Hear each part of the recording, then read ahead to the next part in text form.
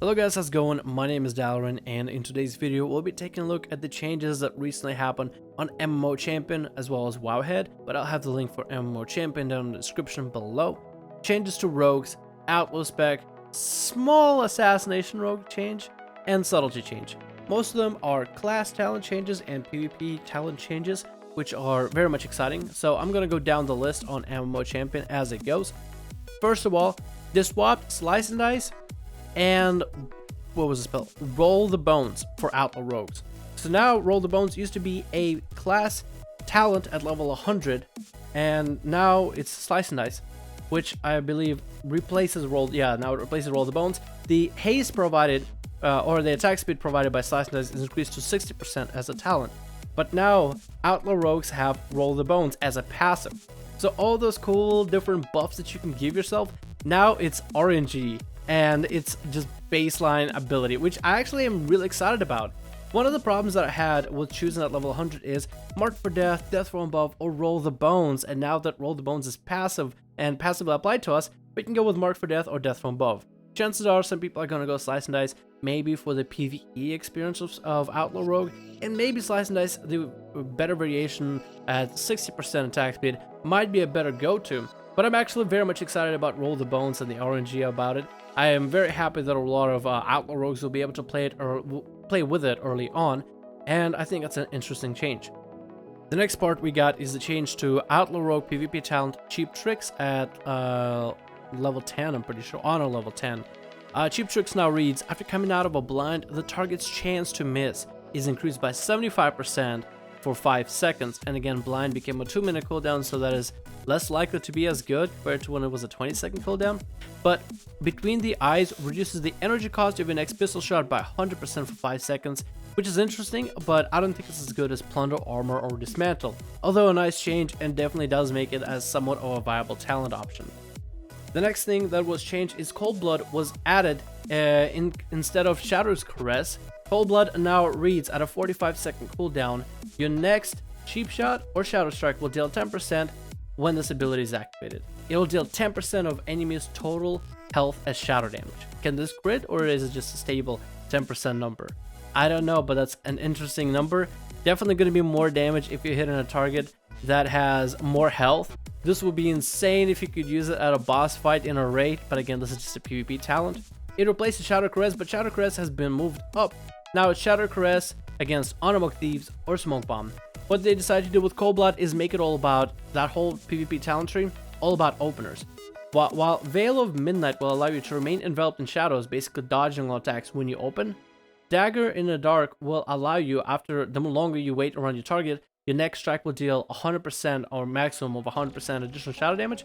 Cold Blood lets you have that opener without having to wait at a 45-second cooldown to guarantee 10% extra damage to be shaved off of enemy's health, which I feel like is a better option, which will make Subtlety a little bit more competitive in terms of just choices for PvP talents. I'm just saying that's a really good change. They finally updated Thieves Bargain, which is a PvP talent for Subtlety Rogues. Thieves Bargain now reads, your damage while stealth is increased by an additional 20%. The cooldown of your Vanish spell is reduced by 90 seconds, but at a cost of 25% passive loss of your health. And by passive loss, I mean just like shave off 25% of your health or whatever health you would have with gear. But 20% additional damage while stealth, but that's only I guess for one ability, and the cooldown of Vanish can be used a lot more often. Question is that better than Phantom Assassin with Shadowy Duel? We don't know, but it's an interesting change, and finally glad they were able to give us some at least stable numbers to look at. For some reason, one of the updates is Mutilate now guarantees you 2 combo points. I guess they were gonna change the number of combo points prior, but went back to 2. I don't know, but that is still it's an update on MMO Champion. The Outlaw Rogue Stone Between the Eyes now has an interesting effect to read into it.